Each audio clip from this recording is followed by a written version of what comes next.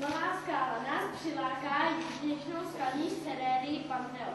Slavnostně a za přítomnosti dětí z Turnovské první základní školy byla v srdci Českého ráje oficiálně zahájena prozatím v historii města největší investiční akce Čistá jizera.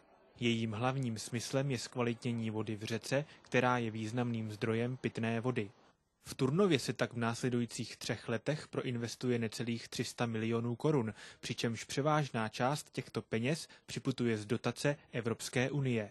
Dneska v době ekonomické krize je hodně dobré, že vlastně tyhle projekty a ty evropské peníze dávají práci místním firmám a místním lidem, takže jsme rádi, že vlastně časově se to takto potkává a že ten příspěvek k ochraně životního prostředí a kvality vody bude současně příspěvkem k tomu, aby tady lidé dostali práci. Myslím si, že se s tím trochu hradí i dluh, který z minulosti tady zůstal, protože proto se neudělalo tolik, jak by mělo pro tu čistou vodu. Podíl Turnova na čistší vodě v řece Jizeře bude hlavně ve výstavbě nové nebo rekonstrukci stávající kanalizační sítě o délce necelých 30 kilometrů a vybudování desítek nových přípojek. Součástí projektu je však také vybudování nových povrchů na komunikacích, nové chodníky a vůbec zásadní přeměna dotčených ulic. Příkladem je právě Skálova ulice, kde se nyní nacházíme, která by měla doznat absolutní přeměnu nejenom co do vlastní vozovky, ale i do chodníků, do veřejného osvětlení a zeleně.